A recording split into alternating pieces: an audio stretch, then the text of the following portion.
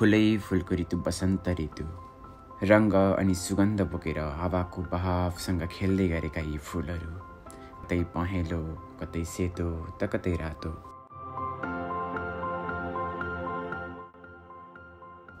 चिसो हावासँग लुकी छुपी गर्दै खेल्दै गरेका फुलहरू देख्दा आफू पनि फुलहरूसँग खेलौँ खेलौँ लाग्ने यो ऋतु।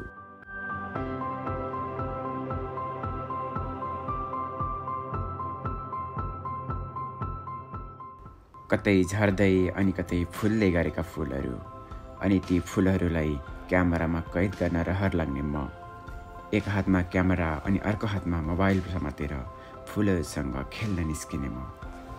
आज म तपाईहरूलाई एउटा यस्तो संसार देखाउने छु जहाँ फुलहरूको आफ्नो छुट्टै संसार छ।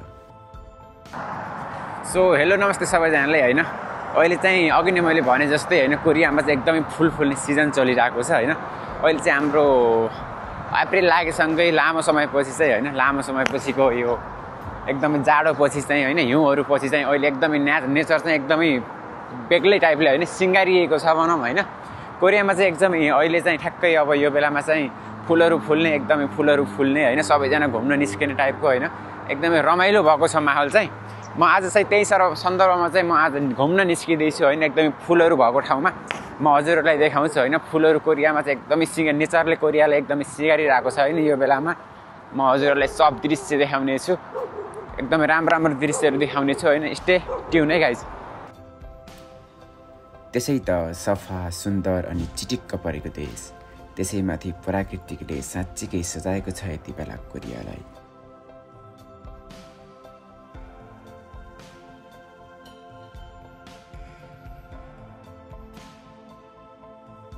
बाटो, गल्ली होस् या खोला नाला, चारैतिर फुलहरूको सुगन्धले साँच्चीकै माहौललाई उत्कृष्ट बनाएको छ।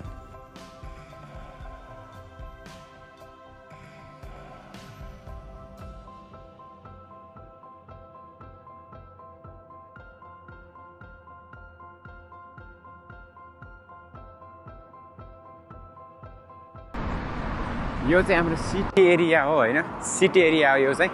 र पनि इभन होइन क्या एकदमै संरक्षण गरेर, कस्तो राम्रो तरिकाले संरक्षण गरेर चाहिँ सिटी एरियामा पनि कस्तो व्यवस्थित तरिकाले कस्तो राम्रोसँग सजाएर फुलहरूको संरक्षण गरिएको छ क्या।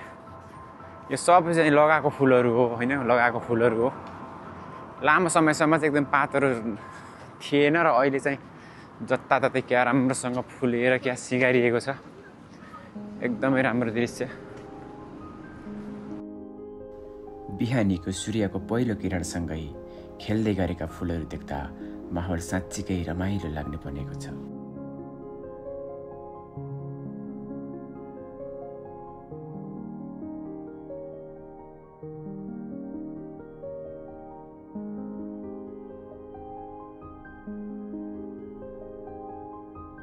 कामको दिनहरूमा प्राय व्यस्त हुने मानिसहरू विकेन्डको समय मिलाएर फुलको बाटो हुँदै फुलहरूसँग खेल्न हिँड्ने मानिसहरूले गर्दा बाटो पनि प्राय प्याक नै देखिने गर्दछ।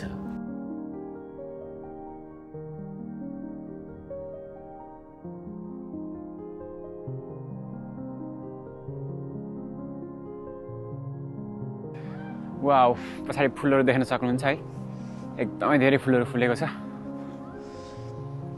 घुम्न निस्किनको लागि चाहिँ यो बेला चाहिँ एकदमै पर्फेक्ट हो। यदि तपाईँ कोरियामा हुनुहुन्छ भने चाहिँ यो बेलामा घुम्न निस्किनको लागि चाहिँ एकदमै पर्फेक्ट हो।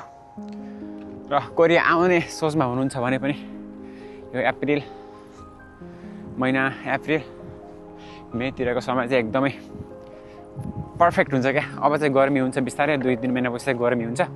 यो बेला चाहिँ एकदमै पर्फेक्ट। एन्ड फुलहरू पनि देख्न सक्नुहुन्छ, भ्युज त है।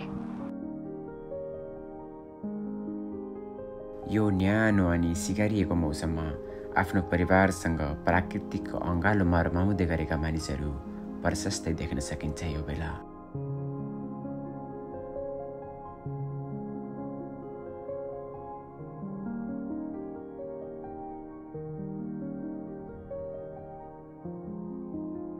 आफ्ना केटाकेटीसँग केटाकेटी जस्तै गर्दै खेल्दै गरेका आमा बुवालाई पनि यो मौसमले साँच्चीकै केटाकेटी जस्तो बनिदिएको छ।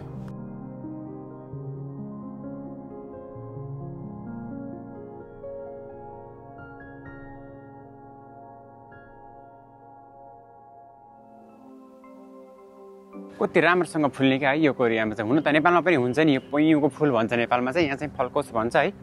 कति राम्रोसँग फुल्ने क्या। हुन त एकै ठाउँमा धेरै भएर पनि होला, यहाँको संरक्षणले गर्दा चाहिँ यस्तो देखिएको पनि होला। नेपालमा चाहिँ कता कति हुन्छ, त्यही भएर चाहिँ खासै ख्याल हुँदैन होइन। तर यहाँको दृश्य चाहिँ साँच्चीकै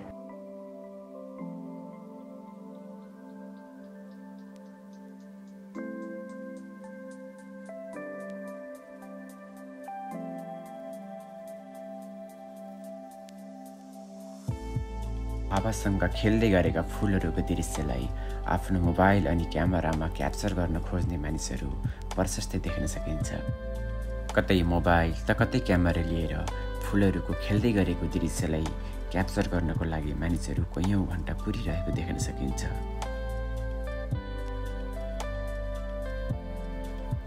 आशा छ आजको प्राकृतिक यो अनौठो सिँगारिएको दृश्यलाई तपाईँहरूले असाध्यै मन पराउनुहुनेछ।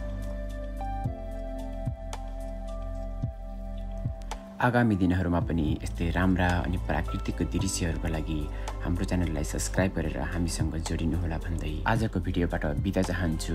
तपाईँहरूको दिन शुभ रहोस्।